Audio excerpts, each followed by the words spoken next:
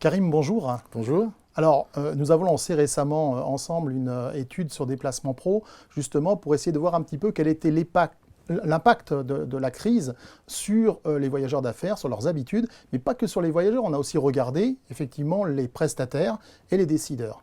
Premier renseignement, il y a des facteurs qui sont assez surprenants quand même. Oui, absolument. Je crois que un facteur qui nous a surpris, c'est celui des moyens de paiement. Oui, alors oui, tout à fait. Qui est absolument pas remonté comme une des variables à observer directement. Je pense que là, il y a des leçons à en tirer. Alors justement, d'où ça vient ce classement qui est quand même assez tardif dans les priorités? C'est une mauvaise compréhension des enjeux ou une mauvaise utilisation? Comment vous l'analysez? Moi, je pense que d'une part, la carte est rentrée dans nos habitudes. Donc en soi, la carte fait le paiement et permet de traiter la transaction. C'est devenu naturel. C'est devenu naturel.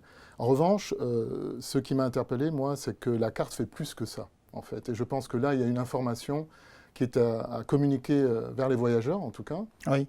La carte est un moyen d'assurer le voyageur durant son voyage. J'allais en parler, ce qui est important dans les moments actuels. Voilà. La carte est également une source de collecte d'informations qui peut permettre aux décideurs de prendre des bonnes décisions, de définir des tactiques d'achat ou des stratégies d'achat. Donc la carte fait plus que le paiement, et je pense que ça, c'est pas bien perçu ou complètement perçu aujourd'hui. On parle aussi du reporting, la remontée de données qui est essentielle, qu'on parle de cartes logées, de cartes affaires ou même de cartes dédiées à un événement particulier en fait. Absolument, le reporting est clé et le reporting va couvrir plusieurs sujets.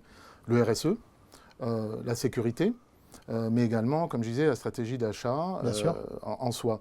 Et de là également, et on touchera un mot à cela également, tous les outils qui accompagnent le voyageur dans son voyage, notamment les notes de frais automatisées. On a eu l'occasion de voir, on a posé des questions très claires sur quel était le niveau de sécurité attendu, les outils, le retour sur investissement, l'écologie, en particulier 4 points. Là aussi, de gros enseignements quand même. Oui, je pense que le marché est mature maintenant, du moins les acteurs ont mûri, puisque le voyage est compris comme un retour sur investissement, le voyage est compris comme une contribution à la marge de l'entreprise, et ça c'est important, c'est-à-dire le voyage n'est plus un coût. Ouais, c'est nouveau, c'est ce que j'allais dire. Absolument. Le voyage n'est plus un coût aujourd'hui. Le voyage n'est plus un coût, et c'est une bonne nouvelle pour les prestataires de voyage, c'est-à-dire que le voyage est une valeur ajoutée à la chaîne de valeur dans l'entreprise. Ce qui, en tout cas, moi je peux parler d'un point de vue moyen de paiement, nous incite à travailler encore plus fortement le reporting et la data. Bien sûr. Puisque ça va devenir un élément clé pour la négociation, l'optimisation et le calcul du ROI. D'une certaine façon. C'est vrai. Alors justement, on le voit dans le comportement du voyageur, puisque là, très clairement, ils annoncent qu'ils veulent faire un voyage que si il est vraiment justifié, tant sur le plan économique que sur le plan pratique. C'est un changement de paradigme, ça, aujourd'hui. Oui, absolument. Mais je pense que ça va dans le sens de l'histoire, dans le sens de ce qu'est le voyage professionnel complètement. La nouveauté, néanmoins, ce n'est pas une surprise, mais c'est un indicateur quand même important pour le futur, c'est la sécurité et le bien-être. Moi, je les mettrais dans un même ensemble.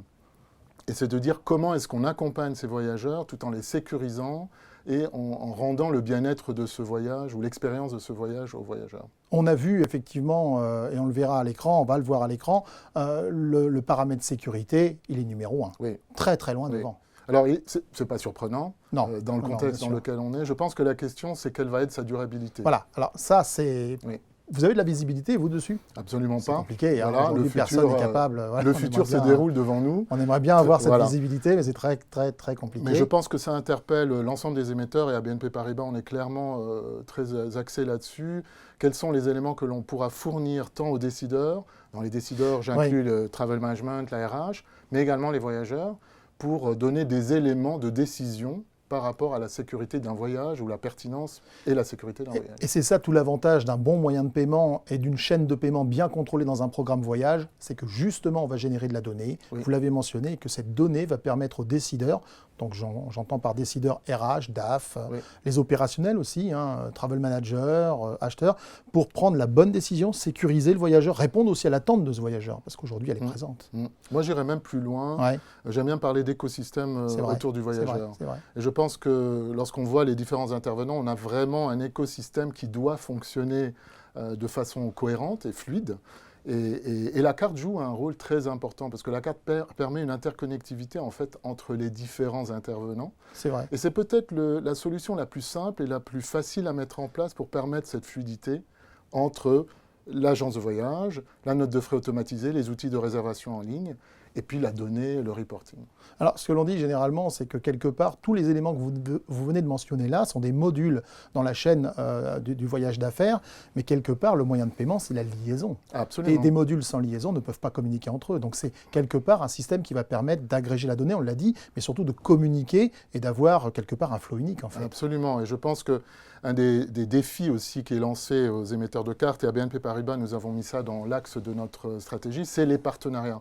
C'est-à-dire créer ces écosystèmes, mais être assez agile pour donner le choix aux décideurs et aux voyageurs de créer son propre écosystème. Donc l'interconnectivité, l'interopérationnalité avec les différents intervenants est essentielle. On a vu que l'écologie était plus sur le devant de la scène, surprise également, parce qu'elle arrive en quasiment en troisième position. Mais pour autant, ça ne veut pas dire qu'on s'en occupe plus quelque part. Mais d'autres notions sont passées en priorité, on l'a dit, la sécurité et puis surtout le retour sur investissement. Écoutez, personnellement, j'ai été déçu par cette dimension-là. Je pensais qu'elle allait être beaucoup plus en amont. C'est vrai que la sécurité sera toujours plus importante, mais néanmoins, elle est là. Et je pense qu'il y a encore un travail à faire, en fait, des différents intervenants à la valoriser. C'est déjà le cas avec les empreintes carbone et tout le travail qui est fait autour, notamment des agences de voyage autour de cela.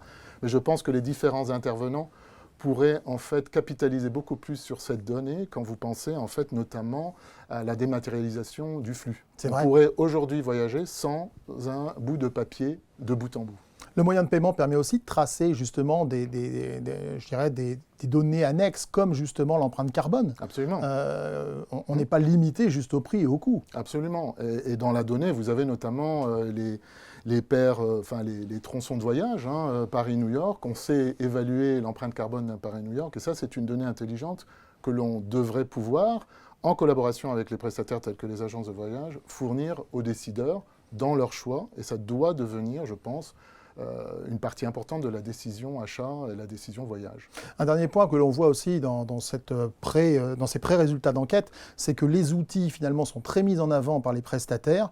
Or, au niveau des décideurs ou même au niveau des voyageurs, pour eux, les outils tels qu'ils sont aujourd'hui sont quasiment suffisants. Il n'y a pas vraiment d'espérance quant à des outils vraiment révolutionnaires ou nouveaux. Est-ce que les gens ne sont pas un peu déçus de la technologie quelque part ? Je ne pense pas. C'est un peu le même constat que l'on a vu sur les cartes de paiement. C'est-à-dire d'un côté, c'est intégré, ça fait partie de notre vie. Il ne faut pas oublier que ce que l'on attend lors de notre expérience voyage, c'est la même expérience que l'on a en tant que consommateur privé. Ça, c'est une chose.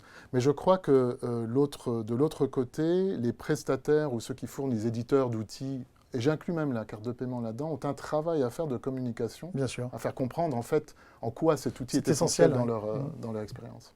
Karim, très clair, merci. On attend de voir les autres résultats. On aura l'occasion de les distiller ensemble d'ailleurs. En tout cas, merci pour votre point de vue et ces premiers résultats d'enquête. Merci à vous.